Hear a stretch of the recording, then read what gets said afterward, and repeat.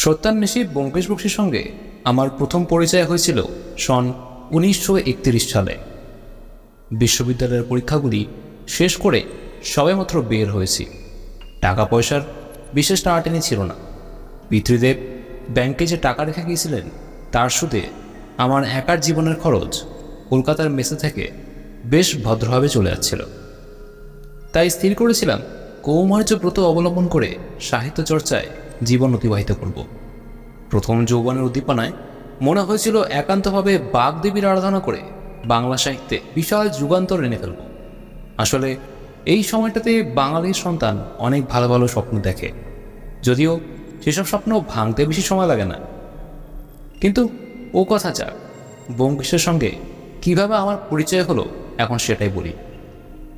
যারা কলকাতা শহরের সাথে ঘনিষ্ঠভাবে পরিচিত তাদের মধ্যেও হয়তো অনেকে জানেন না যে এই শহরের কেন্দ্রস্থলে এমন একটা পল্লী আছে যার একদিকে দুস্থ ভাটিয়া মারোয়াড়ি সম্প্রদায়ের বাস, অন্যদিকে খোলার বস্তি, আর তৃতীয় দিকে তির্যক চক্ষু পীত বর্ণ চীনাদের উপনিবেশ।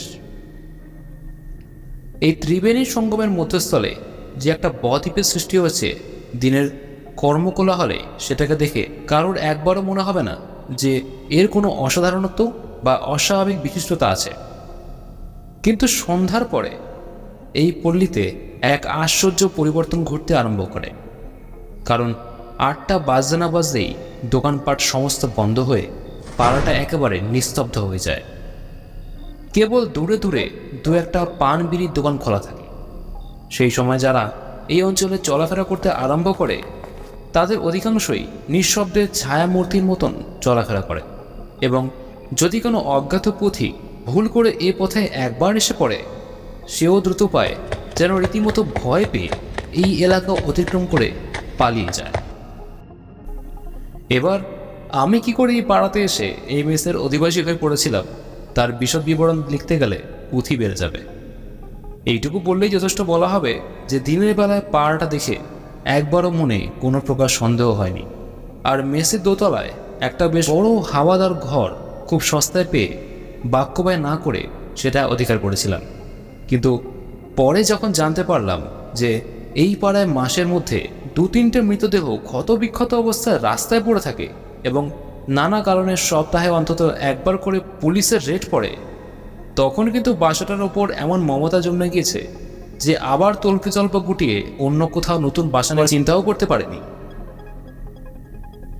বিশেষত সন্ধ্যার পর আমি নিজের লেখাপড়ার কাজেই নিমগ্ন হয়ে থাকতাম। বাড়ি থেকে বের হবার কোনো উপলক্ষ তেমন ছিল না, তাই ব্যক্তিগতভাবে বিপদে পড়বার আশঙ্কাও কখনো হয়নি। আমাদের বাড়ির ওপরতলার সব মিলিয়ে 5টা ঘর ছিল। প্রত্যেকটিতে একজন করে ভদ্রলোক থাকতেন। তারা সকলেই চাকরিজীবী এবং বয়স্ক। শনিবার শনিবার করে বাড়ি যেতেন এবং সোমবারে মেস বাড়িতে ফিরে অফিসে যাতায়াত আরম্ভ করতেন। এনারা অনেকদিন হলো এই মেসে বাস করছেন। এদেরই মধ্যে একজন অফিস থেকে ছুটি নিয়ে বাড়ি চলে যাওয়াতে তার ফাঁকা ঘরটা এক কথায় আমি দখল করেছিলাম। সন্ধ্যার পর তাসের আড্ডা বসত। সেই সময় মেসের অধিবাসীদের কণ্ঠস্বর এবং উত্তেজনা একদম উগ্র ভাব ধারণ করত। অশ্বিনীবাবু পাকা খেলোয়াড় ছিলেন। তার স্থায়ী প্রতিদ্বন্দ্বী ছিলেন ঘনশ্যামবাবু, আর ঘনশ্যামবাবু হেরে গেলে চেঁচামেচি করতেন। তারপর ঠিক 9টার সময় বামুন ঠাকুর এসে জানাতেন যে খাবার প্রস্তুত। তখন আবার এনারা একদম শান্তভাবে উঠে খাবার শেষ করে যে যার ঘরে গিয়ে শুয়ে পড়তেন। এইভাবে এক প্রকার শান্তিতে মেসের বৈচিত্র্যবিহীন দিনগুলো কাটছিল। আমিও এসে নির্বিবাদে এই প্রশান্ত জীবনযাত্রা বরণ করে নিয়েছিলাম। বাড়ির নিচের তলার ঘরগুলো নিয়ে বাড়িওয়ালা নিজে থাকতেন।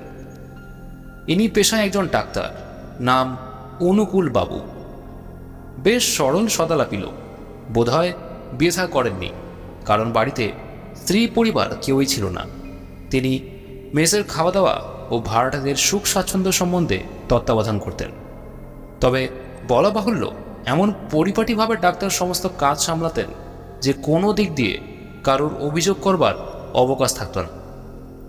মাসের শুরুতে বাড়ি ভাড়া আর খোরাকি বাবদ 25 টাকা তার হাতে ফেলে দিলে এক প্রকার সকল বিষয়ে নিশ্চিন্ত হওয়া যেত। পাড়ার দরিদ্র সম্প্রদায়ের মধ্যে ডাক্তারের বেশ পসার ছিল। সকালে ও বিকালে তার বসবার ঘরে রোগীদের ভিড় লেগে থাকত। তিনি ঘরে বসে সামান্য মূল্যে ওষুধ বিতরণ করতেন। রোগীদের বাড়িতে খুব একটা যেতেন না, আর গেলেও ভিজিট নিতেন না। এই জন্য পাড়া প্রতিবেশী সকলেই তাকে অত্যন্ত খাতির ও শ্রদ্ধা করত। আমিও অল্পকালের মধ্যেই তার ভারী অনুরক্ত, অর্থাৎ এক কথায় ভক্ত হয়ে পড়েছিলাম। বেলা 10টার মধ্যে মেসের অন্যান্য সকলে অফিসে চলে যেত। বাড়িতে আমরা দুইজন পড়ে থাকতাম। খাওয়া দাওয়া ও স্নানের কাজ প্রায় একই সঙ্গে হতো। তবে দুপুরবেলাটা গল্পগুজবে এবং সংবাদপত্রের আলোচনায় কেটে যেত। তবে ডাক্তারকে দেখে অতীব নিরীহ আর ভালো মানুষ বলে মনে হলেও ভারী চমৎকার কথা বলতে পারতেন। তার বয়স বছর 40-এর ভেতরে। বিশ্ববিদ্যালয়ের কোনো উপাধি তার ছিল না, কিন্তু ঘরে বসে এত বিভিন্ন বিষয়ের জ্ঞান তিনি অর্জন করেছিলেন যে তার কথা শুনতে শুনতে বিস্ময় বোধ হতো। আমি বিস্ময় প্রকাশ করলে তিনি লজ্জিত হয়ে বলতেন, আর তো কোনো কাজ নেই, ঘরে বসে বসে কেবল বই পড়ি। আমার যা কিছু সংগ্রহ সব বই থেকে। এই বাসায় মাস 2 কেটে যাওয়ার পর একদিন বেলা আন্দাজ 10টার সময় আমি কাগজখানা উল্টিয়ে পাল্টিয়ে দেখছিলাম। অশ্বিনীবাবু পান চিবোতে চিবোতে অফিস চলে গেলেন। তারপর ঘনশ্যামবাবু বের হলেন। দাঁতের ব্যথার জন্য এক পুড়িয়া ওষুধ ডাক্তারবাবুর কাছ থেকে নিয়ে তিনিও অফিসে বের হলেন। বাকি দুজনও একে একে অফিসের জন্য বের হয়ে গেলেন। সারাদিনের জন্য বাড়ি ফাঁকা হয়ে গেল। ডাক্তারবাবুর কাছে তখনও 2-1 রোগী ছিল। তারা ওষুধ নিয়ে একে একে বিদায় হবার পর তিনি চশমাটা কপালে তুলে জিজ্ঞাসা করলেন, কাগজে কিছু খবর আছে নাকি? আমি বললাম, কাল বিকালে আমাদের পাড়ায় পুলিশের খানাতল্লাশি হয়ে গেছে। ডাক্তার হেসে বললেন, সে তো নিত্য নৈমিত্তিক ব্যাপার। তা কোথায় হলো? কাছেই 36 নম্বরে শেখ আব্দুল গফর বলে একটা লোকের বাড়িতে। ডাক্তার বললেন, আরে, লোকটাকে তো আমি চিনি, প্রায় আমার কাছে ওষুধ নিতে আসে। কি জন্য খানা তল্লাশি হয়েছে? কিছু লিখেছে? কোকেন, এই যে পড়ুন না বলে আমি দৈনিক কালকেতু কাগজটা তার দিকে বাড়ি দিলাম। ডাক্তার চশমা জোড়া আবার নাকের ওপর নামিয়ে পড়তে লাগলেন। গতকাল কলকাতার 36 নম্বর স্ট্রিটে শেখ আব্দুল গফর নামক জনৈক চর্ম ব্যবসায়ীর বাড়িতে পুলিশের খানা তল্লাশি হইয়া গিয়াছে, কিন্তু কোনো প্রকার বেআইনি জিনিস পাওয়া যায়নি। পুলিশের অনুমান এই অঞ্চলে কোথাও একটা কোকেনের গুপ্ত আড়ত আছে। সেখান থেকে সর্বত্র কোকেন সরবরাহ করা হয়। একদল চতুর অপরাধী লোক পুলিশের চোখে ধরি নিক্ষেপ করিয়া বহুদিন যাবৎ এই বেআইনি ব্যবসা চালাচ্ছে। কিন্তু পরিতাপের বিষয়, এই অপরাধীদের নেতা কে এবং এদের মালের গুপ্ত ভাণ্ডার কোথায় তাহা বহু অনুসন্ধানেও নির্ণয় করা যাচ্ছে না। ডাক্তার একটু চিন্তা করে বললেন, কথাটা ঠিক। আমারও সন্দেহ হয় আশেপাশে কোথাও একটা কোকেনের মস্ত আড্ডা আছে। 1-2বার তার ইশারা আমি পেয়েছি। আসলে জানেন তো, নানা রকম লোক ওষুধ নিতে আমার কাছে আসে।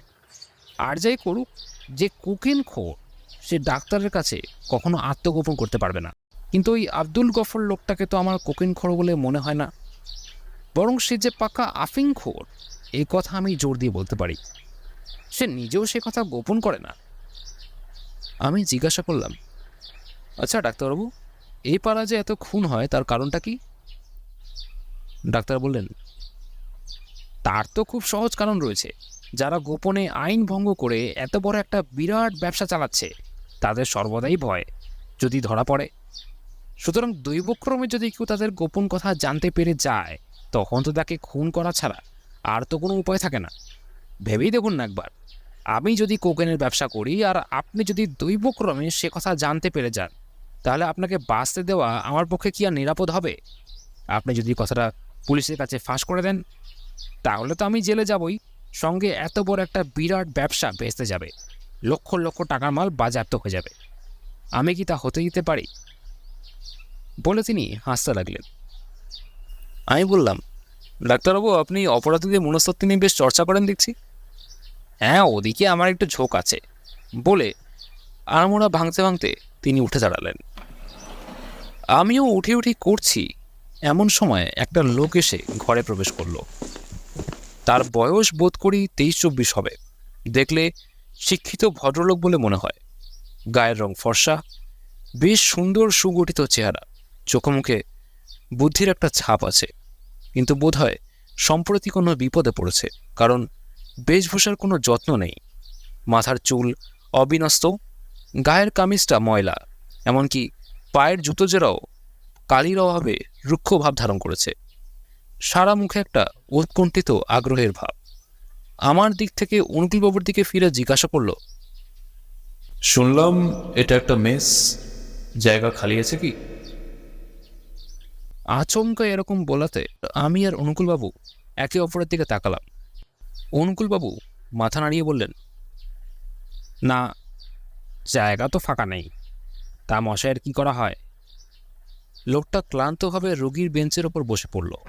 তারপর বলল, উপস্থিত চাকরির জন্য দরখাস্ত দেওয়া হয় আর মাথা গোজবার একটা আস্তানা খোঁজা হয়, কিন্তু এই হতভাগা শহরে কি একটাও মেস খালি পাওয়ার জন্য নেই? সবই তো কানায় কানায় ভর্তি হয়ে আছে। সহানুভূতির স্বরে অনুকূলবাবু বললেন, সিজনের মাঝখানে জায়গা পাওয়া বড় মুশকিল। তা মশাইয়ের নামটা কি? অতুল চন্দ্র মিত্র। কলকাতায় এসে পর্যন্ত চাকরি সন্ধানে টোটো করে ঘুরে বেড়াচ্ছি, আর দেশে গটিবাটি বিক্রি করে যে কটা টাকা পেয়েছিলাম তাও প্রায় শেষ হয়ে গিয়েছে। গুটি কয়েক 25-30 বাকি আছে, কিন্তু দুবেলা হোটেলে খেলে সেও আর কতদিন বলুন। তাই একটা ভদ্রলোকের মেস খুঁজছি। বেশি দিন না, মাসখানেকের মধ্যে একটা হেস্তনেস্ত হয়ে যাবে। শুধু দুবেলা দুটো শাক ভাত আর এই কটা দিনের জন্য একটা জায়গা পেলেই আর আমার কিছু দরকার নেই। অনুকূলবাবু বললেন, বড় দুঃখিত হলাম অতুলবাবু, কিন্তু আমার এখানে সবকটা ঘর যে ভর্তি। অতুল একটা নিঃশ্বাস ফেলে বলল, ঠিক আছে, তবে আর কি উপায় বলুন।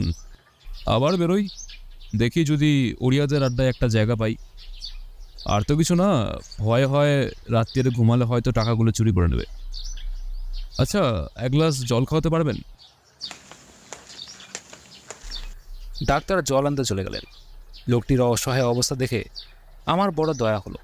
একটু ইতস্তত করে বললাম, আমার ঘরটা বেশ বড় আছে, দুজনে অসুবিধা হবে না।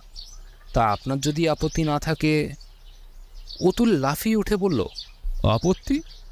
বলেন কি মশাই, স্বর্গ হতে পাবো।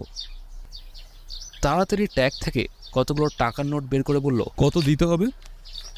টাকাটা আগাম নিয়ে রাখলে ভালো হতো না? আমার কাছে আবার। তার আগ্রহ দেখে আমি হেসে ফেললাম আর বললাম, না না থাক, টাকা পরে দেবেন, এখন অত তাড়াহুড়োর কিছু নেই। এর মধ্যে ডাক্তারবাবু জল নিয়ে ফিরে এলেন। তাকে বললাম, ইনি সংকটে পড়েছেন, তাই আপাতত আমার ঘরেই থাকুক, আমার কোনো কষ্ট হবে না। অতুল কৃতজ্ঞতার স্বরে বলল, আমার ওপর ভারী দয়া করেছেন ইনি, তবে আমি কথা দিচ্ছি আমি বেশি দিন কষ্ট দেব না। ইতিমধ্যে যদি অন্য কোথাও জায়গা পেয়ে যাই তাহলে সেখানে উঠে যাব। বলে জল খেয়ে গ্লাসটা নামিয়ে রাখল। ডাক্তার একটু অবাক হয়ে আমার দিকে ফিরে বললেন, আপনার ঘরে? তা বেশ, আপনার যখন অমত নেই তখন আমি আর কি বলবো। আপনারও সুবিধাই হবে, ঘর ভাড়াটা ভাগাভাগি হয়ে যাবে। আমি তাড়াতাড়ি বললাম, না না সেই জন্য না, উনি বিপদে পড়েছেন তাই। ডাক্তার হেসে বললেন, সে তো বটেই, সে তো বটেই। তা আপনি আপনার জিনিসপত্র নিয়ে চলে আসুন অতুলবাবু, আপাতত এখানেই থাকুন। আগে হ্যাঁ, জিনিসপত্র সামান্যই, একটা বিছানা আর একটা ক্যাম্বিসের ব্যাগ এক হোটেলে দারোয়ানের কাছে রেখে এসেছি, এখনই নিয়ে আসছি। আমি বললাম, হ্যাঁ স্নান খাওয়াটা এখানেই এসে করো। তাহলে তো ভালোই হয়। কৃতজ্ঞ দৃষ্টিতে আমার দিকে চেয়ে অতুল বাইরে চলে গেল। সে চলে গেলে আমরা কিছুক্ষণ নীরব হয়ে দাঁড়িয়ে রইলাম। অনুকূলবাবুকে দেখলাম একটু অন্যমনস্ক হয়ে তার জামার কোঁচাতে চশমার কাঁচটা পরিষ্কার করছেন। আমি জিজ্ঞাসা করলাম, কী ভাবছেন অনুকূলবাবু? ডাক্তার চমক ভেঙে বললেন, না না, কিছু না, বিপন্নকে আশ্রয় দেওয়া উচিত। আপনি ভালোই করেছেন। তবে কি জানেন, অজ্ঞাত কুলশীলস্য শাস্ত্রের একটা বচন আছে। যাক, আশা করি কোনো ঝামেলা উপস্থিত হবে না। বলে তিনি ওখান থেকে চলে গেলেন। অতুল মিত্র আমার ঘরে এসে থাকতে শুরু করলো। অনুকূলবাবুর কাছে একটা বাড়তি তক্ত বসছিল, তিনি সেটা অতুলের ব্যবহারের জন্য উপরে পাঠিয়ে দিলেন। অতুল দিনের বেলায় বড় একটা বাড়িতে থাকতো না, সকালে উঠে চাকরির সন্ধানে বের হয়ে যেত, আর বেলা 10টা-11টা নাগাদ ফিরত, আবার স্নান করে খেয়ে দিয়ে দুপুরে বেরিয়ে যেত। কিন্তু যতটুকু সময় সে বাড়িতে থাকতো তারই মধ্যে বাসার সকলের সঙ্গে বেশ মিষ্টি সম্প্রীতি করে তুলেছিল। সন্ধ্যার পর খেলার মজলিসে তার ডাক পড়ত। সে তাস পাশা খেলতে জানত না, তাই কিছুক্ষণ সেখানে বসে আস্তে আস্তে নিচে নেমে গিয়ে ডাক্তারের সঙ্গে গল্পগুজব করত। আমার সঙ্গেও তার বেশ ভাব জমে গেছিল। আসলে দুজনের একই বয়স, তার উপর একই ঘরে নিত্য ওঠা বসা, সুতরাং আমাদের সম্বোধন আপনি থেকে তুমিতে নামতে বেশি বিলম্ব হয়নি।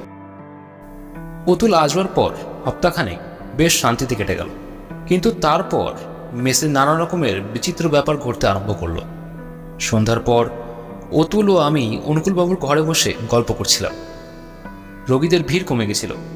দু একজন মাঝে মাঝে এসে রোগের বিবরণ বলে ওষুধ নিয়ে যাচ্ছিল, আর অনুকূলবাবু আমাদের সঙ্গে কথা বলতে বলতে ওষুধ দিচ্ছিলেন আর হাত বাক্সে টাকাটা তুলে রাখছিলেন। গতকাল রাত্রে প্রায় 1টা নাগাদ আমাদের বাড়ির সামনে একটা খুন হয়ে গিয়েছে। আজ সকালে রাস্তার ওপর লাশ আবিষ্কৃত হয়ে একটা উত্তেজনা সৃষ্টি হয়েছিল। আমরা সেই বিষয়ে আলোচনা করছিলাম। বিশেষ উত্তেজনার কারণ এই যে লাশটাকে দেখে দরিদ্র শ্রেণীর ভাটিয়া বলে মনে হলেও তার কোমরের পকেট থেকে 100 টাকার 10টা নোট পাওয়া গেছিল। ডাক্তার বললেন, এ কোকেন ছাড়া আর কিছু না। ভেবে দেখুন, টাকার লোভে যদি খুন করতো তাহলে ওর কোমরে 1000 টাকার নোট পাওয়া যেত না। আমার মনে হয় লোকটা কোকেনের খরিদ্দার ছিল। কোকেন কিনতে এসে কোকেন ব্যবসায়ীদের সম্বন্ধে হয়তো কোনো মারাত্মক গুপ্ত কথা জানতে পেরেছিল, হয়তো তাদের পুলিশের ভয় দেখায়, ব্ল্যাকমেল করবার চেষ্টা করে, ব্যাস তারপরই খেলা খতম। অতুল বলল, কি জানে মশাই, আমার তো ভারী ভয় করছে। আপনারা এ পাড়ায় আছেন কিভাবে? আমি যদি আগে জানতাম তাহলে। ডাক্তার হেসে বললেন, তাহলে ওড়িয়াদের ওখানে যেতেন। আমাদের কিন্তু ভয় করে না। আমি তো 10-12 বছর এই পাড়াতে আছি, কিন্তু কারোর কথায় থাকি না বলে কখনো হাঙ্গামায় পড়তে হয়নি। অতুল ফিসফিস করে বলল, ডাক্তারবাবু, আপনি নিশ্চয়ই কিছু জানেন না? হঠাৎ পেছনে খট করে একটা শব্দ শুনে ফিরে তাকালাম। আমাদের মেসের অশ্বিনী বাবু দরজার ফাঁক দিয়ে মুখ বাড়িয়ে আমাদের কথা শুনছেন। তার মুখের অস্বাভাবিক পাণ্ডুরতা দেখে আমি সবিস্ময় বললাম, কি হয়েছে অশ্বিনীবাবু, আপনি এ সময় নিচে যে? অশ্বিনীবাবু থতমত খেয়ে বললেন, না, কিছু না, এমনি এমনি এমনি 1 পয়সার বিড়ি কিনতে। বলতে বলতে তিনি সিঁড়ি দিয়ে ওপরে উঠে গেলেন। আমরা পরস্পর মুখ তাকাতাকি করলাম। বেশ গম্ভীর প্রকৃতি অশ্বিনীবাবুকে আমরা সকলেই শ্রদ্ধা করতাম, কিন্তু তিনি হঠাৎ নিঃশব্দে নিচে নেমে আমাদের কথা আড়ি পেতে কেন শুনছিলেন? রাত্রে খেতে বসে জানতে পারলাম অশ্বিনীবাবুর খাওয়া দাওয়া আগেই শেষ হয়ে গেছে। তাই খাওয়া শেষে অভ্যাসবশত একটা চুরুট শেষ করে শোয়ার ঘরে প্রবেশ করলাম। দেখলাম অতুল মেঝের ওপর একটা বালিশ ফেলে শুয়ে আছে।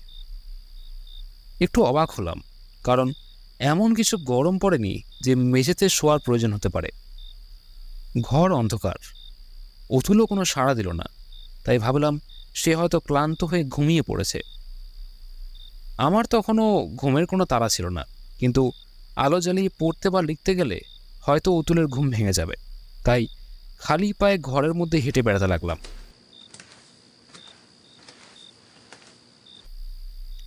কিছুক্ষণ এইভাবে বেড়ানোর পর হঠাৎ মনে হলো যাই অশ্বিনীবাবুকে জিজ্ঞাসা করে আসি তার কোনো অসুখ বিসুখ হয়েছে কিনা। আমার 2খানা ঘরের পরেই অশ্বিনীবাবুর ঘর। গিয়ে দেখলাম তার ঘরের দরজা খোলা। বাইরে থেকে ডাক দিলাম, অশ্বিনীবাবু, কিন্তু কোনো সাড়া পাওয়া গেল না। তখন কৌতূহলী হয়ে ঘরে ঢুকলাম। শোয়ার ঘরের পাশেই সুইচ ছিল। আলো জ্বালিয়ে দেখলাম ঘরে কেউ নেই। রাস্তার ধারে জানালাটা দিয়ে উকি মারলাম, কিন্তু রাস্তাতেও তাকে দেখতে পেলাম না। অদ্ভুত তো, এত রাত্রে ভদ্রলোক গেলেন কোথায়? হঠাৎ মনে পড়ল হয়তো ডাক্তারের কাছে ওষুধ নিতে গেছেন। তাড়াতাড়ি নিচে নামলাম, কিন্তু ডাক্তারের ঘরের দরজা ভেতর থেকে বন্ধ। এত রাতেই নিশ্চয়ই তিনি শুয়ে পড়েছেন।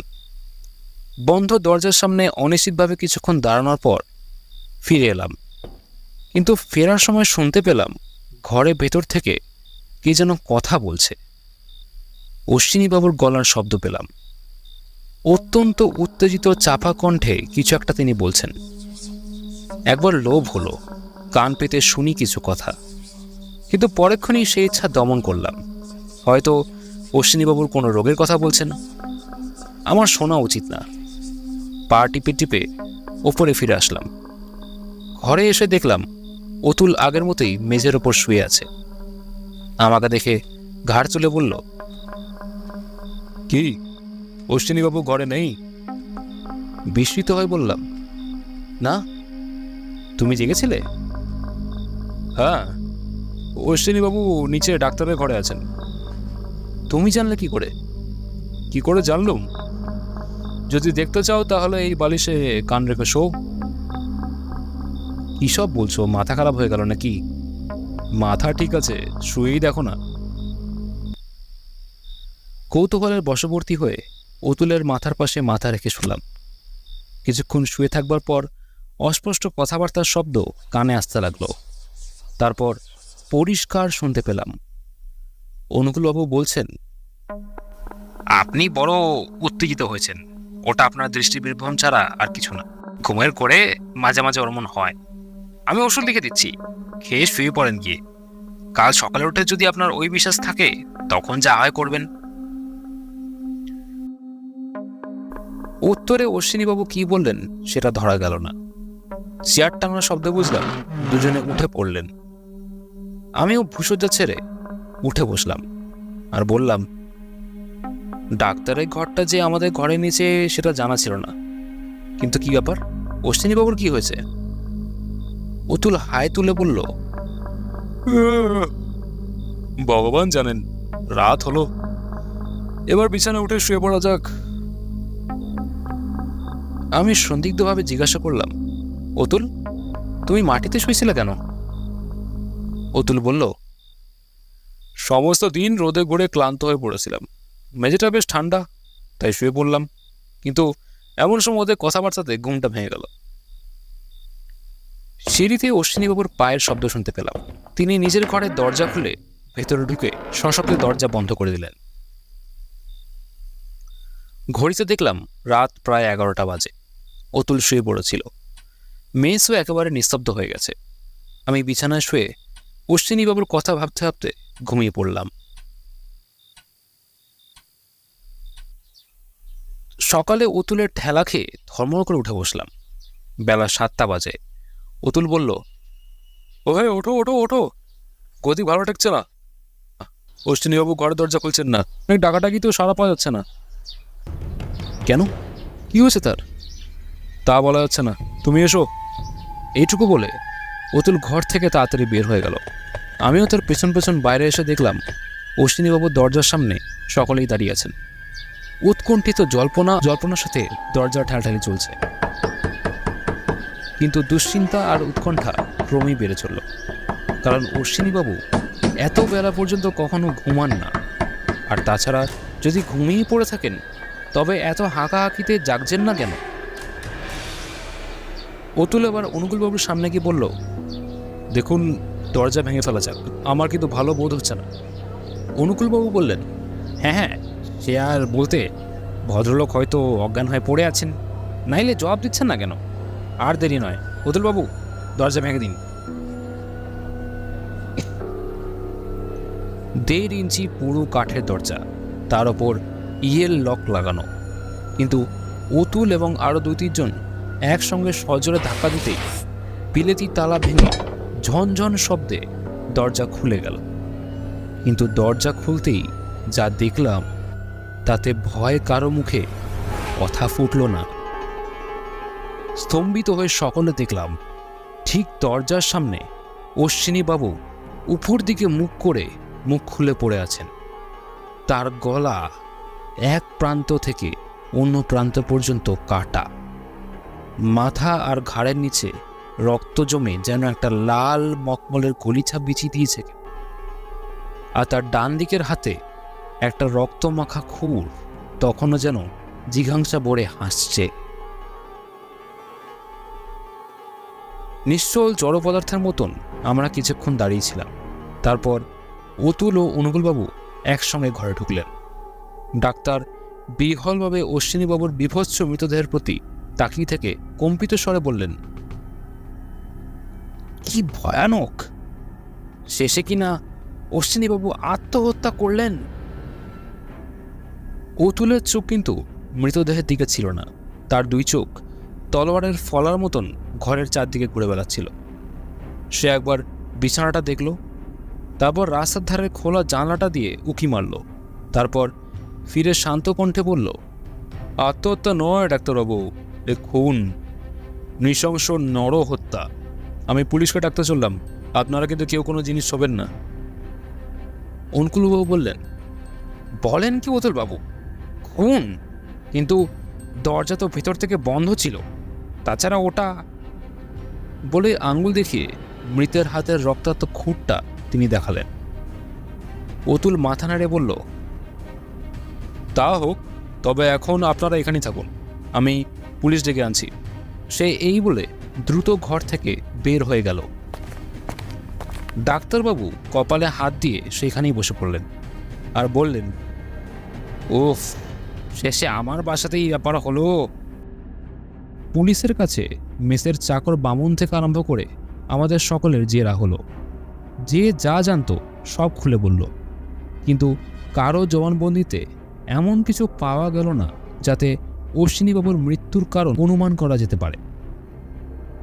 অশ্বিনীবাবু অত্যন্ত নির্বিরোধ লোক ছিলেন। মেস ও অফিস ছাড়া অন্য কোথাও তার কোনো বন্ধুবান্ধব ছিল বলে জানা গেল না। তিনি প্রতি শনিবারে বাড়ি যেতেন। 10-12 বছর এইভাবেই চলে আসছে, কখনো তার কোনো ব্যতিক্রম হয়নি। তবে কিছুদিন থেকে তিনি বহুমূত্র রোগে ভুগছিলেন, এই গোটা কয়েক সাধারণ কথাই প্রকাশ পেল। ডাক্তার অনুকূলবাবুও এজাহার দিলেন, তবে তিনি যা বললেন তাতে অশ্বিনীবাবুর মৃত্যু রহস্য পরিষ্কার না হয়ে যেন আরও জটিল হয়ে উঠল। তার জবানবন্দি ইউরোপ ছিল। গত 12 বছর যাবৎ অশ্বিনীবাবু আমার বাসায় ছিলেন। তার বাড়ি বর্ধমান জেলার হরিহরপুর গ্রামে। তিনি সওদাগরি অফিসে কাজ করতেন। 21-20 টাকা আন্দাজ মাইনে পেতেন। তবে এত অল্প মাইনে পরিবার নিয়ে কলকাতা থাকার সুবিধা হয় না, তাই তিনি একলা মেসে থাকতেন। এই মেসের সকলেই তাই করে থাকেন। অশ্বিনীবাবুকে আমি যতটুকু জানি, তিনি অতি সরল প্রকৃতির কর্তব্যনিষ্ঠ লোক ছিলেন। কখনো কারোর পাওনা ফেলে রাখতেন না। কারোর কাছে 1 পয়সা তার ধার ছিল না। কোনো বাজে নেশা ছিল বলেও আমার জানা নেই। মেসের অন্য সকলেই এই বিষয়ে সাক্ষী দিতে পারবেন। এই 12 বছরের মধ্যে তার কাছ থেকে কোনো অস্বাভাবিক বা সন্দেহজনক কিছু কোনোদিনই লক্ষ্য করিনি। তবে তিনি গত কয়েক মাস ধরে ডায়াবেটিসে ভুগছিলেন। আমারই চিকিৎসাধীন ছিলেন। তবে ইদানিং তার মানসিক রোগের লক্ষণ হঠাৎ আমার চোখে পড়ে। কারণ কাল হঠাৎ তার চাল চলনে একটা অপ্রকৃতিস্থ ভাব আমি প্রথম লক্ষ্য করলাম। যেমন কাল বেলা 9:10টার সময় আমি আমার ডাক্তারখানায় বসে আছি। এমন সময় হঠাৎ অশ্বিনীবাবু এসে বললেন, ডাক্তারবাবু, আপনার সঙ্গে আমার একটা গোপনীয় কথা আছে। আমি একটু আশ্চর্য হয়ে তার মুখের দিকে চেয়ে দেখলাম। তাকে অত্যন্ত বিচলিত মনে হলো। জিজ্ঞাসা করলাম, কি কথা? তিনি এদিক থেকে ওদিক চেয়ে চাপা গলায় বললেন, এখন নয়, আরেক সময়, বলেই তাড়াতাড়ি অফিসে চলে গেলেন। তারপর সন্ধ্যার পর আমি, অজিতবাবু আর অতুলবাবু আমার ঘরে বসে গল্প করছিলাম। হঠাৎ অজিতবাবু দেখতে পেলেন দরজার পাশে দাঁড়িয়ে অশ্বিনীবাবু আমাদের কথা শুনছেন। তাকে ডাকতেই তিনি ভয় পেয়ে একটা কৈফিয়ত দিয়ে তাড়াতাড়ি চলে গেলেন। আমরা সবাই অবাক হয়ে রইলাম। ভাবলাম, কি হলো অশ্বিনীবাবু? তারপর তিনি রাত 10টার সময় চোরের মতো চুপি চুপি আমার কাছে উপস্থিত হলেন। মুখ দেখেই বুঝলাম তার মানসিক অবস্থা প্রকৃতিস্থ নয়। দরজা বন্ধ করে দিয়ে তিনি আবোল তাবোল নানা রকম কথা বলতে লাগলেন। কখনো বললেন ঘুমের ঘরে ভীষণ বিভীষিকাময় স্বপ্ন দেখেছেন, আবার কখনো বললেন একটা ভয়ানক গোপন রহস্য জানতে পেরেছেন। আমি তাকে ঠান্ডা করবার চেষ্টা করলাম, কিন্তু তিনি ঝোঁকের মাথায় বকেই চললেন। শেষে আমি তাকে একটা ঘুমের ওষুধ লিখে দিলাম আর বললাম আজ রাতে এটা খেয়ে শুয়ে পড়ব, কাল সকালে আপনার কথা শুনবো। তিনি ওষুধ নিয়ে ওপরে উঠে চলে গেলেন, কিন্তু তখনও তো জানতাম না এটাই আমার তার সঙ্গে শেষ দেখা। কিন্তু তিনি যে এই ক্ষণিক উত্তেজনার বশে আত্মঘাতী হবেন তা আমি কল্পনাও করতে পারিনি। অনুকূলবাবু নীরব হলেন। দারোগা তাকে আরও জিজ্ঞাসা করলেন, আপনি মনে করেন এটা আত্মহত্যা? তাছাড়া আর কি হতে পারে? তবে অতুলবাবু বলছিলেন এটা আত্মহত্যা নয়, অন্য কিছু। এ বিষয়ে তিনি হয়তো বেশি জানেন, অতএব তিনিই বলতে পারবেন। দারোগা এবার অতুলের দিকে ফিরে বললেন, আপনি অতুলবাবু, এটা যে আত্মহত্যা নয় তা মনে করবার কোনো কারণ আছে? আছে, কারণ নিজের হাতে মানুষ অমন ভয়ানকভাবে নিজের গলা কাটতে পারে না। আপনি তো লাশ দেখেছেন, ভেবে দেখুন, এটা কিন্তু অসম্ভব। দারোগা কিছুক্ষণ চিন্তা করে বললেন, আচ্ছা, হত্যাকারী কে? আপনার কোনো সন্দেহ হয় কি? না। হত্যার কারণ কিছু অনুমান করতে পারবেন? অতুল রাস্তার দিকে জানলাটা নির্দেশ করে বলল, ওই জানলাটা হত্যার কারণ। দারোগা একটু অবাক হয়ে বললেন, জানলা? জানলা হত্যার কারণ? মানে আপনি বলতে চান হত্যাকারী ওই জানলা দিয়ে ঘরে ঢুকেছিল? না, হত্যাকারী দরজা দিয়েই ঘরে ঢুকেছিল। দারোগা এবার মৃদু হেসে বললেন, আপনার বোধহয় স্মরণ নেই যে দরজা ভেতর থেকে বন্ধ ছিল? স্মরণ আছে। দারোগা তখন একটু পরিহাসের সুরে বললেন, তবে কি অশ্বিনীবাবু আহত হবার পর বাইরে থেকে দরজা বন্ধ করে দিয়েছিলেন? না, হত্যাকারী অশ্বিনীবাবুকে হত্যা করার পর বাইরে থেকে দরজা বন্ধ করে দিয়েছিল। সে কি করে হতে পারে? অতুল মুখ টিপে এসে বলল, খুব সহজে, একটু ভেবে দেখলেই বুঝতে পারবেন। অনুকূলবাবু এতক্ষণ দরজাটার দিকেই তাকিয়েছিলেন। এবার তিনি বলে উঠলেন, আরে ঠিকই বলছেন, দরজা যে সহজেই বাইরে থেকে বন্ধ করা যায় এটা এতক্ষণ আমাদের মাথাতেই তো আসেনি। দেখছেন না দরজায় যে ইয়ের লক লাগানো। দারোগা অপ্রস্তুত হয়ে বললেন, তাও তো বটে। অতুল বলল, দরজা বাইরে থেকে টেনে দিলেই বন্ধ হয়ে যায়, তখন আর ভেতর থেকে ছাড়া খোলার উপায় নেই। দারোগা প্রবীণ লোক, তিনি গালে হাত দিয়ে ভাবতে ভাবতে বললেন, সেও ঠিক, কিন্তু একটা জায়গায় খটকা লাগছে। অশ্বিনীবাবু যে রাত্রে দরজা খুলে শুয়েছিলেন তার কি কোনো প্রমাণ আছে? অতুল বলল, না, বরং তার উল্টো প্রমাণটা আছে। আমি জানি তিনি দরজা বন্ধ করে শুয়েছিলেন। আমি বললাম, আমিও জানি, আমি তাকে দরজা বন্ধ করতে শুনেছি। দারোগা বললেন, তবে অশ্বিনীবাবু রাতে উঠে হত্যাকারীকে দরজা খুলে দিয়েছিলেন এ অনুমানও তো সম্ভব বলে মনে হয় না।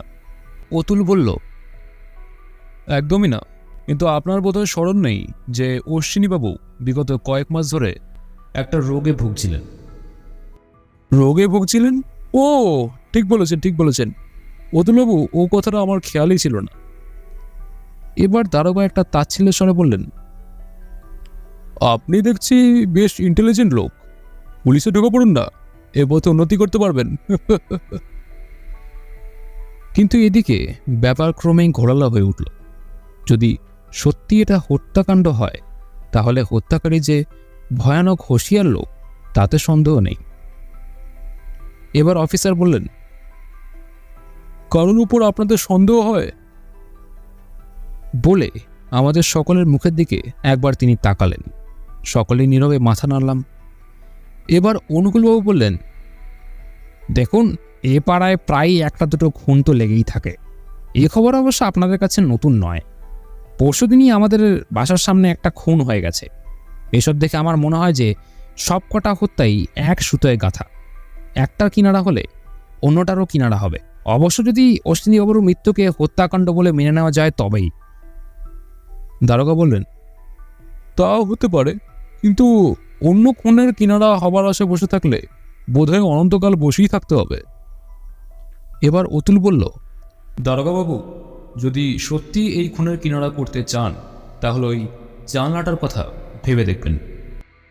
দারোগা ক্লান্তভাবে বললেন, সব কথাই আমাদের ভেবে দেখতে হবে অতুল বাবু। এখন আপনাদের প্রত্যেকের ঘর আমি খানা তল্লাশি করতে চাই। তারপর ওপরে নিচে সবার ঘরেই পুঙ্খানুপুঙ্খরূপে খানা তল্লাশ করা হলো, কিন্তু কোথাও এমন কিছু পাওয়া গেল না যার দ্বারা এই মৃত্যু রহস্যের ওপর আলোকপাত করা যেতে পারে। অশ্বিনীবাবুর ঘরও যথারীতি সার্চ করা হলো, কিন্তু দু একটা অতি সাধারণ পারিবারিক চিঠিপত্র ছাড়া আর কিছুই পাওয়া গেল না। খুঁড়ের শূন্য খাপটা বিছানার পাশেই পড়েছিল। তিনি যে নিজে ক্ষৌর কার্য করতেন এই কথা আমরা সকলেই জানতাম, তাই খাপটা চিনতেও কষ্ট হলো না। অশ্বিনীবাবুর মৃতদেহ আগেই স্থানান্তরিত করা হয়েছিল। এবার তার দরজায় তালা লাগিয়ে শিলমোহর করে দারোগা বেলা 1:30 নাগাদ প্রস্থান করলেন। অশ্বিনীবাবুর বাড়িতে চিঠি পাঠানো হয়েছিল। বিকেলে তার পুত্ররা ও অন্যান্য নিকট আত্মীয়রা এসে উপস্থিত হলেন। তাদের বিস্মিত বিমর সুখের ওপর জবনিকা টেনে দিলাম। আমরা অনাত্মীয় হলেও অশ্বিনীবাবুর এই শোচনীয় মৃত্যুতে প্রত্যেকেই গভীরভাবে আহত হয়েছে। নিজেদের প্রাণ নিয়েও কম আশঙ্কা হচ্ছে না। যেখানে পাশের ঘরে এরম ব্যাপার ঘটতে পারে, সেখানে আমাদের জীবনেরই বা নিশ্চয়তা কি? এক মলিন অবসন্নতার ভেতর দিয়ে পরপর 2 দিন কেটে গেল। রাত্রে শোয়ার আগে ডাক্তারের ঘরে গিয়ে দেখলাম তিনি গভীর চিন্তার মুখে বসে আছেন। এই একদিনের ঘটনায় তার শান্ত নিশ্চিহ্ন মুখের ওপর কালো কালো রেখা পড়ে গেছে। আমি তার পাশে বসে বললাম, পাশার সকলেই তো মেস ছেড়ে চলে যাবার জোগাড় করছে। মলিনভাবে হেসে অনুকূলবাবু বললেন, তাদের আটকানো যায় না অজিতবাবু। এরকম ব্যাপার যেখানে ঘটে সেখানে আর কেই বা থাকতে চায় বলুন? কিন্তু একটা কথা আমি কিছুতেই বুঝতে পারছি না, একে খুন বলা যেতে পারে কি করে? আর যদি খুনই হয় তাহলে মেসের বারের লোকের দ্বারা তো খুন সম্ভব হতে পারে না। কারণ প্রথমত হত্যাকারী ওপরে উঠল কি করে? সিঁড়ির দরজা রাত্রিকালে বন্ধ থাকে, এ তো আপনারা সকলে জানেন। আর যদি ধরে নেওয়া যায় যে লোকটা কোনো কৌশলে ওপরে উঠেছিল, কিন্তু সে অশ্বিনীবাবুর খুর দিয়ে তাকে খুন করলো কি করে? এ কি কখনো সম্ভব? সুতরাং বাইরের লোকের দ্বারা এ খুন হয়নি তা নিশ্চিত। তাহলে বাকি থাকেন কারা? আমরা যারা ঘরে থাকি। আমাদের মধ্যে অশ্বিনীবাবুকে খুন করবে এমন কেউ কি আছে? আমরা সকলেই একে অপরকে অনেকদিন ধরে চিনি, এ কাজ কেউ করতে পারে না। অবশ্য অতুলবাবু অল্পদিন হলো এসেছেন, তার ব্যাপারে আমরা কিছুই জানি না। আমি চমকে উঠে বললাম, অতুল? ডাক্তারবাবু গলা খাটো করে বললেন, অতুলবাবু লোকটিকে আপনার কীরকম মনে হয়? আমি বললাম, না না, অতুল কীভাবে অশ্বিনীবাবুকে? ডাক্তার বললেন, তবেই দেখেন, আপনার মুখ থেকেই প্রমাণ হয়ে যাচ্ছে যে মেসের কেউ এই কাজ করতে পারে না। তাহলে বাকি থাকে কি? তিনি আত্মহত্যা করেছেন, এ কথাটাই তো বাকি থেকে যাচ্ছে। কিন্তু আত্মহত্যা করবারও তো একটা কারণ থাকা চাই। সে কথা আমিও ভেবে দেখেছি। আপনার মনে আছে কিছুদিন আগে আমি বলেছিলাম যে এ পাড়ায় একটা কোকেনের গুপ্ত সম্প্রদায় আছে, কিন্তু ওই দলের সর্দার কে তা তো কেউ জানে না। হ্যাঁ, মনে আছে। ডাক্তার তারপর ধীরে ধীরে বললেন, এখন মনে করুন অশ্বিনীবাবু যদি ওই দলের সর্দার হন। আমি স্তম্ভিত হয়ে বললাম, সে কি? তাও কি কখনো সম্ভব? ডাক্তার বললেন, অজিতবাবু, এই পৃথিবীতে কিছুই অসম্ভব নয়।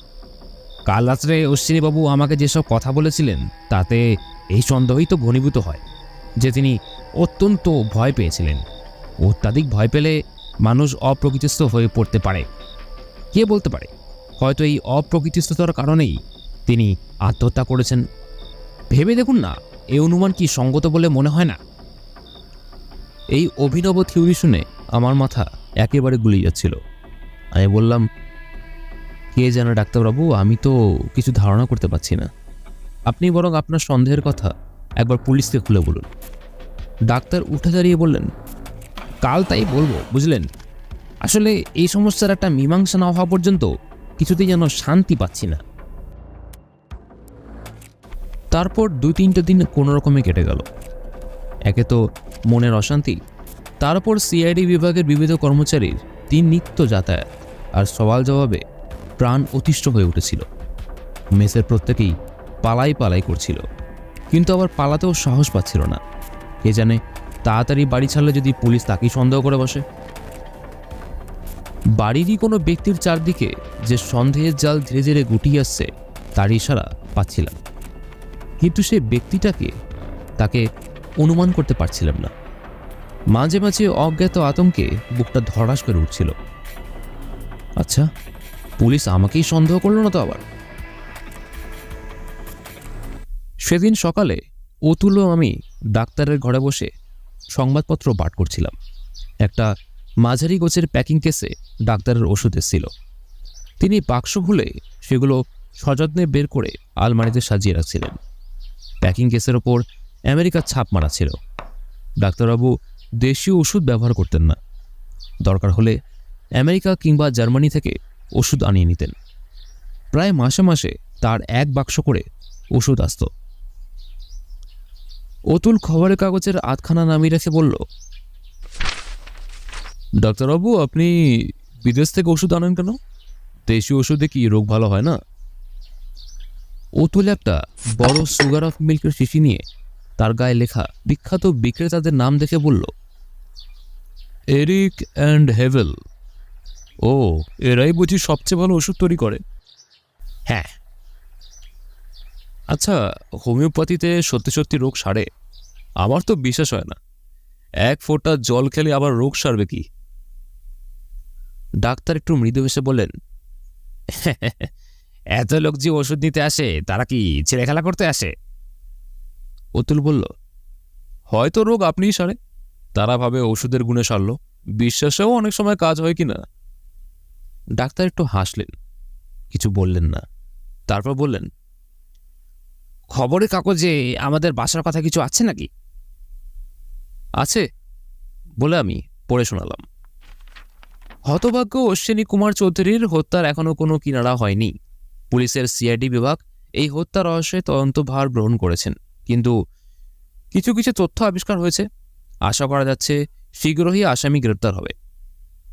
ছাই হবে ওই আশা করা পর্যন্ত, বলে ডাক্তারবাবু মুখ ফিরিয়ে বলে উঠলেন, এ কি দারোগাবাবু, আপনি? দারোগা ঘরে প্রবেশ করলেন, সঙ্গে দুজন কনস্টেবল। ইনি আমাদের সেই পূর্ব পরিচিত দারোগা।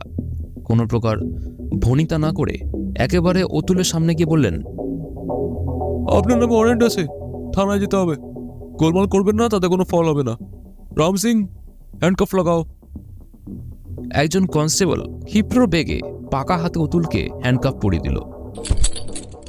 আমরা সবাই ভয়ে উঠে দাঁড়ালাম। অতুল বলে উঠল, এ কি? দারোগা বললেন, এই দেখুন ওয়ারেন্ট। অশ্বিনী কুমার চৌধুরীকে হত্যা করার অপরাধে অতুল চন্দ্র মিত্রকে গ্রেপ্তার করা হলো। আপনারা দুজনে কি অতুল চন্দ্র মিত্র বলে শনাক্ত করছেন? নিঃশব্দে আমরা ঘাড় নাড়লাম।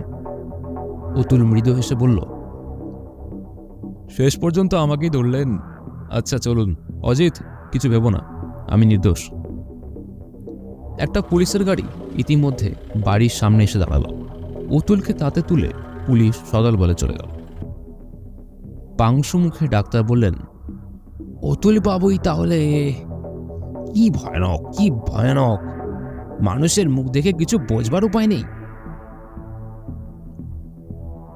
আমার মুখ থেকে কথা বের হলো না। অতুল হত্যাকারী? এই কদিন তার সাথে একসাথে বাস করে আমার মনে একটা প্রীতিপূর্ণ ভাইচারার সূত্রপাত হয়েছিল।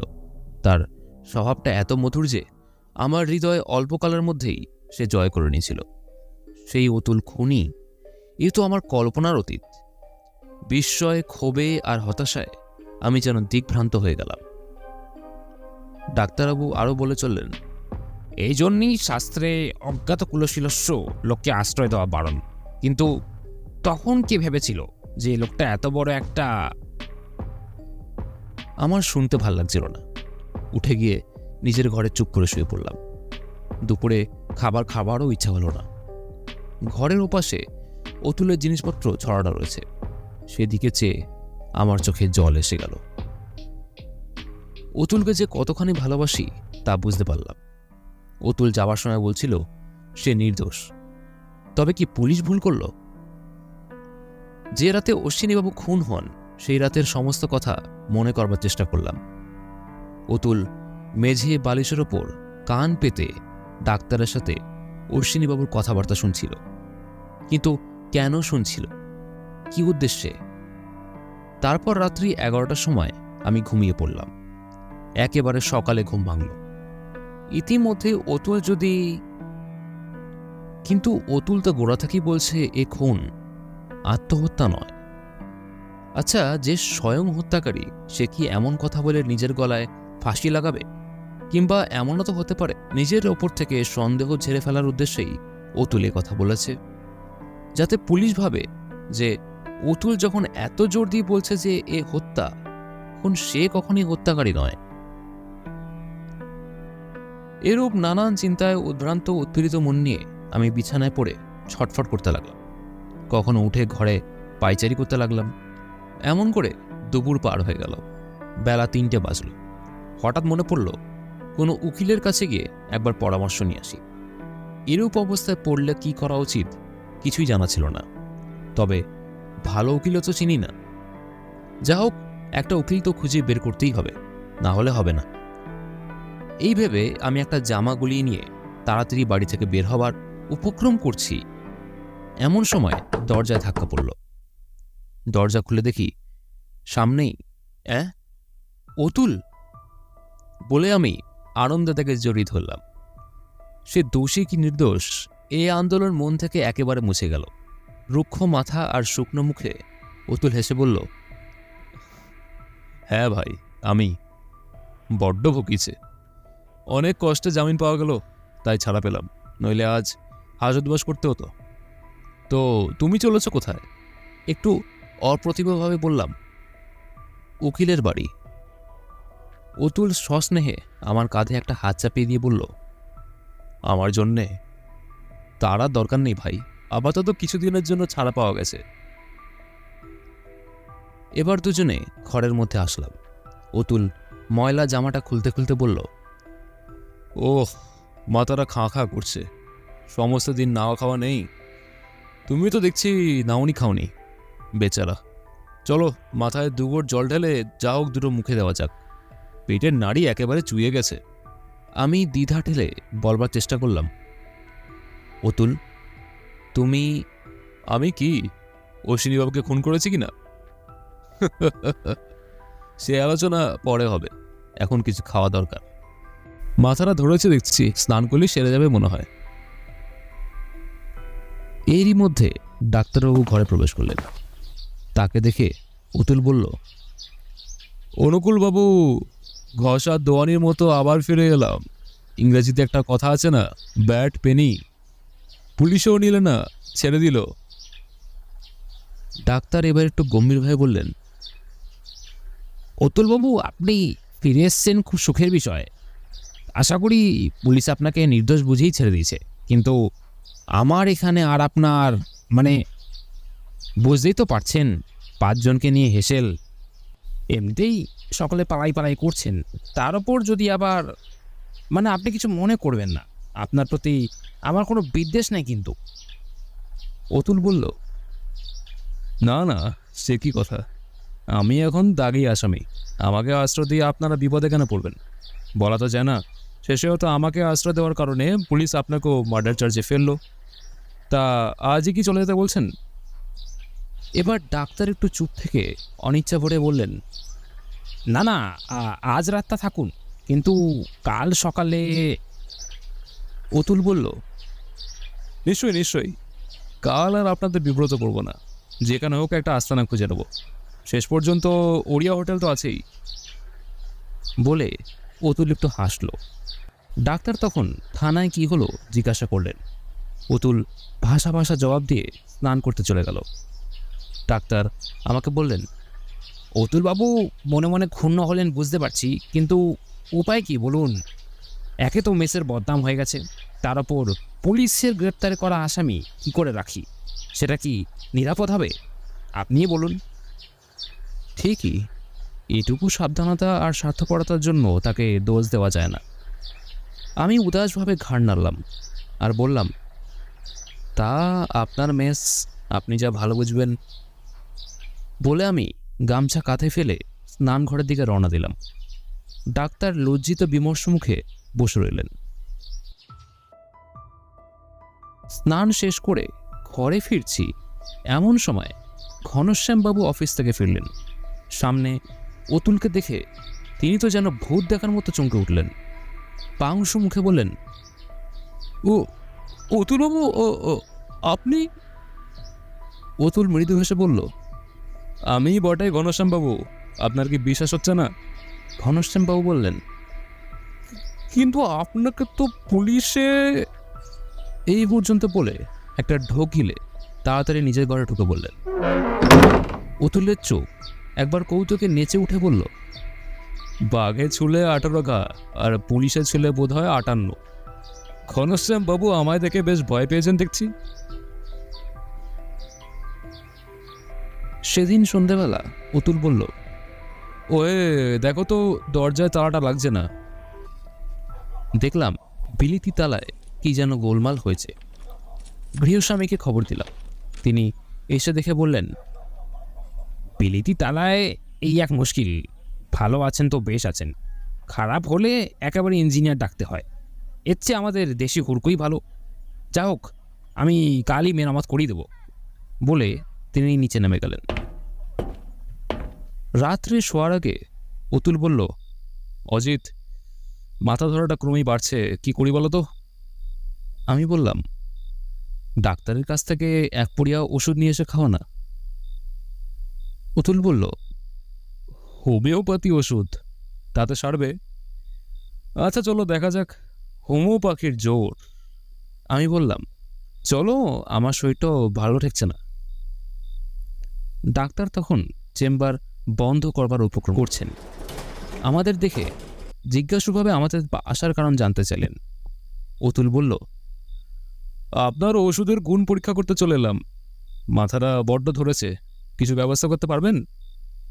ডাক্তার খুশি হয়ে বললেন, বিলক্ষণ, পারবো বই কি, পিত্তি পড়ে মাথা ধরেছে মনে হয়। বসুন বসুন, এক্ষুনি ওষুধ দিয়ে দিচ্ছি। বলে আলমারি থেকে নতুন ঔষধের পুড়িয়া বার করে এনে দিলেন আর বললেন, চান এটা খেয়ে শুয়ে পড়ুন গিয়ে, কাল সকালে আর কিছু থাকবে না। অজিতবাবু, আপনার চেহারাটা তো ভালো ঠেকছে না, উত্তেজনার পর অবসাদ বোধ হচ্ছে না, শরীর ডিসডিস করছে। বুঝেছি, আপনিও এক করিয়া নিন, শরীর বেশ ঝরঝরে হয়ে যাবে। ওষুধ নিয়ে বের হচ্ছি, অতুল বলল, ডাক্তারবাবু, ব্যোমকেশ বক্সী বলে কাউকে চেনেন? ডাক্তার একটু চমকে বললেন, না, কে তিনি? অতুল বলল, জানি না, আজ থানায় তার নামটা শুনলাম, তিনি নাকি এই কেসের দায়িত্ব নিয়েছেন। ডাক্তার মাথা নেড়ে বলল, না, আমি তাকে চিনি না। তারপর ওপরে নিজেদের ঘরে ফিরে আসলাম। আমি বললাম, অতুল, এবার আমায় বলো। অতুল বলল, কি বলবো? তুমি আমার কাছে কিছু লোকাচ্ছ, কিন্তু সে হবে না, সব কথা খুলে বলতে হবে। অতুল একটু চুপ থেকে তারপর বাইরের দিকে একবার দৃষ্টিপাত করে বলল, আচ্ছা বলছি, এসো আমার বিছানায় বসো। তোমার কাছে যে আর লুকিয়ে রাখা যাবে না তা আমি আগেই বুঝেছিলাম। আমি তার বিছানায় বসলাম। সেও দরজা ভিজিয়ে দিয়ে আমার পাশে বসল। ওষুধের পুড়িয়াটা তখন আমার হাতেই ছিল। ভাবলাম সেটা খেয়ে নিশ্চিন্ত মনে গল্প শুনব। মোড়ক খুলে ওষুধ মুখে দিতে যাচ্ছি, এমন সময় অতুল আমার হাতটা ধরে বলল, এখন থাক, আগে আমার গল্পটা শোনো, তারপর খেও। তারপর সুইচ অফ করে আলো নিভিয়ে দিয়ে অতুল আমার কানের কাছে মুখ এনে ফিসফিস করে তার গল্প বলতে লাগলো। আর আমি মন্ত্রমুগ্ধের মতো তা শুনে চললাম। বিস্ময়ে আতঙ্কে মাঝে মাঝে আমার গায়ে কাঁটা দিয়ে উঠতে লাগলো। 15 মিনিট পরে সংক্ষেপে গল্প সমাপ্ত করে অতুল বলল, আজ এই পর্যন্ত থাক, কাল সব খুলে বলবো। তারপর ঘড়ির দিকে তাকিয়ে বলল, এখনো সময় আছে, রাত্রি 2টার আগে তো কিছু ঘটছে না। তুমি বরং ইতিমধ্যে একটু ঘুমিয়ে নাও, ঠিক সময়ে আমি তোমায় তুলে দেবো।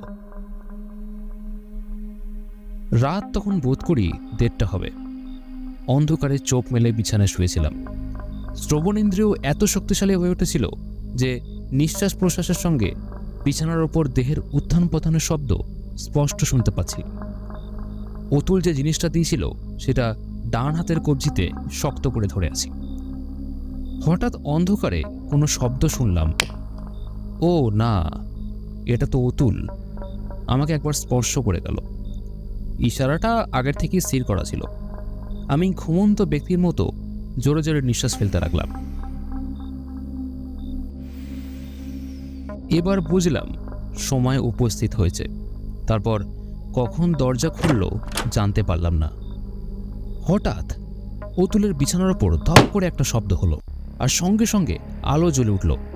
লোহার ডান্ডা হাতে আমি তড়াক করে বিছানা থেকে লাফিয়ে নামলাম।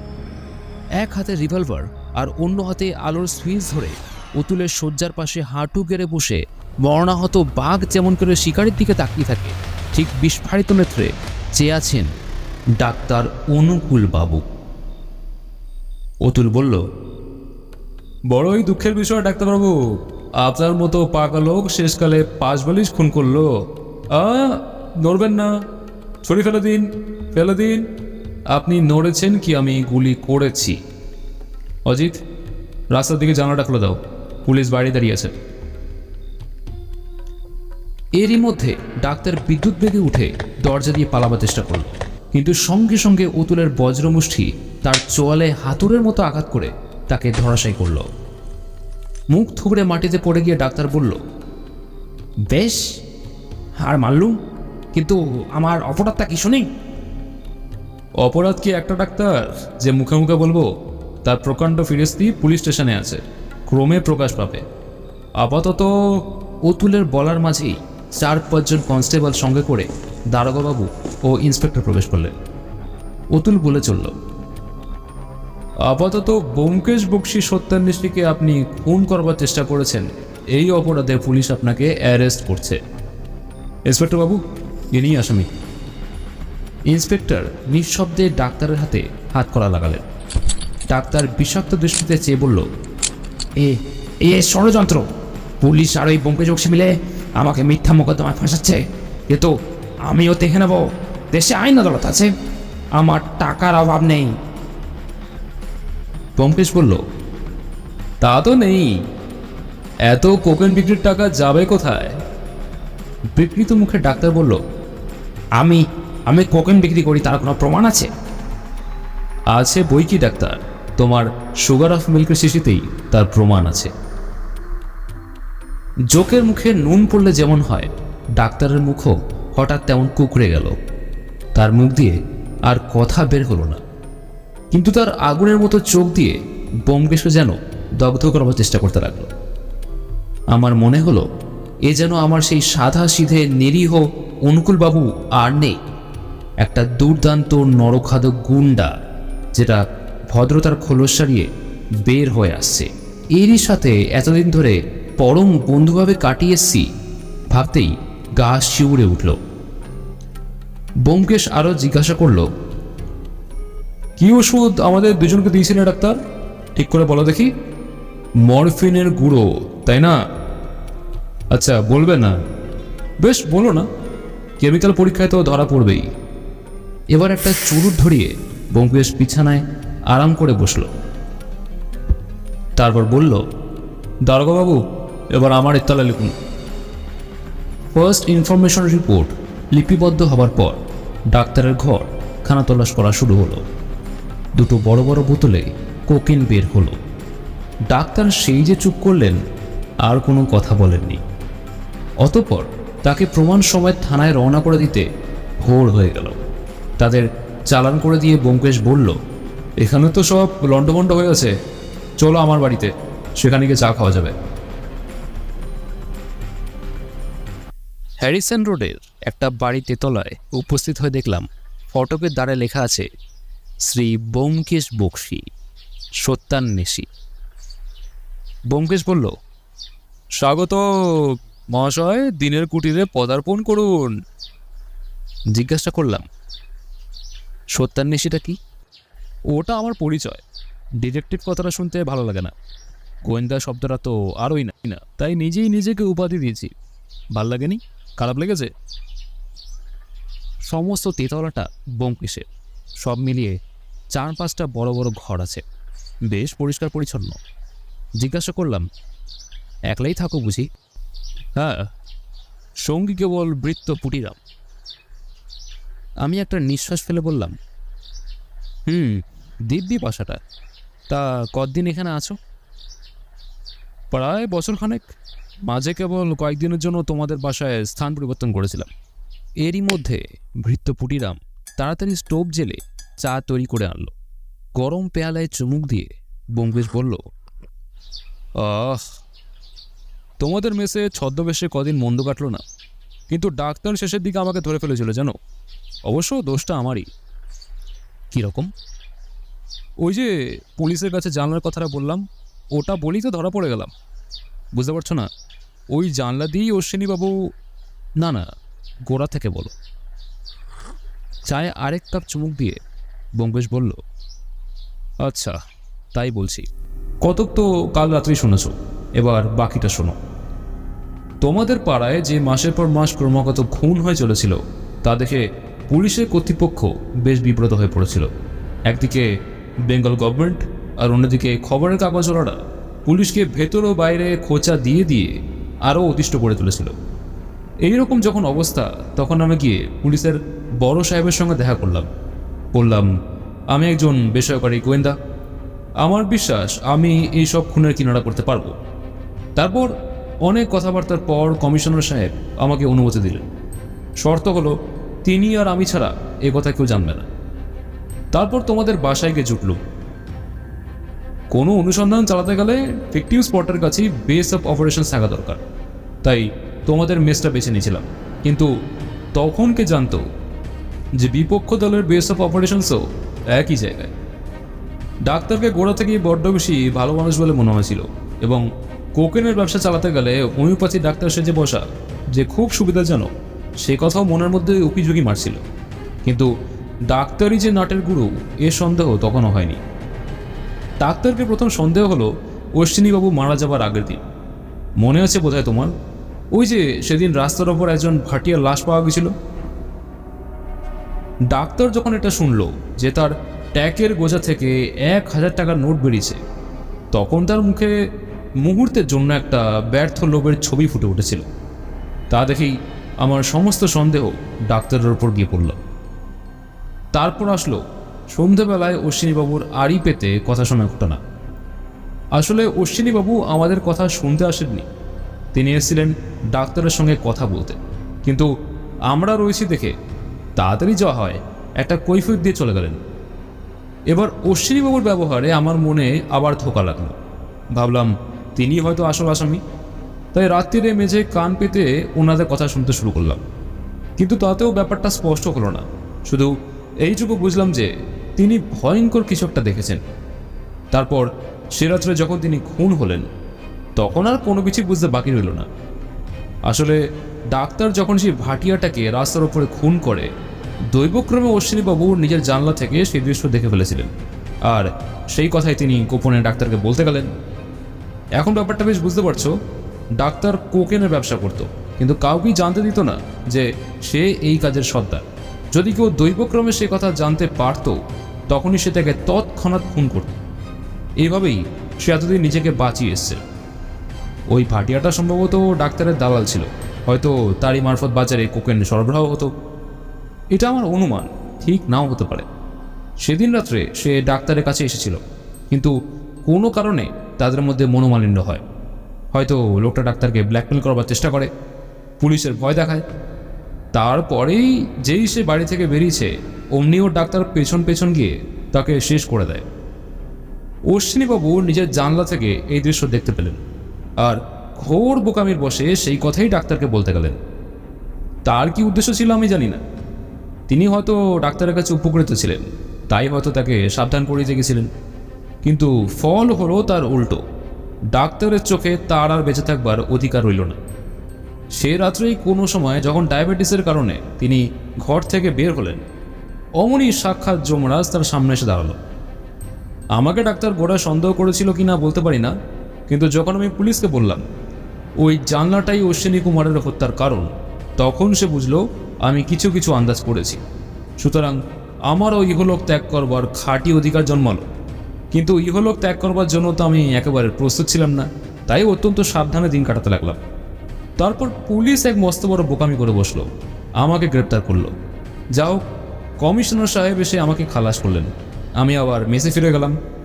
ডাক্তার তখন স্থির বুঝলো যে আমি গোয়েন্দা, কিন্তু সে ভাব গোপন করে আমাকে রাত্রের জন্য মেসে থাকতে দিয়ে তার উদারতা দেখিয়ে দিল। উদারতার আড়ালে একটা মাত্র উদ্দেশ্য ছিল, কোনো রকমে আমাকে খুন করা। কারণ তার বিষয়ে আমি যত কথা জানি অত কথা আর কেউই জানতো না। কিন্তু ডাক্তারের বিরুদ্ধে আমার কাছে তখনও কোনো সত্যিকারের প্রমাণ ছিল না।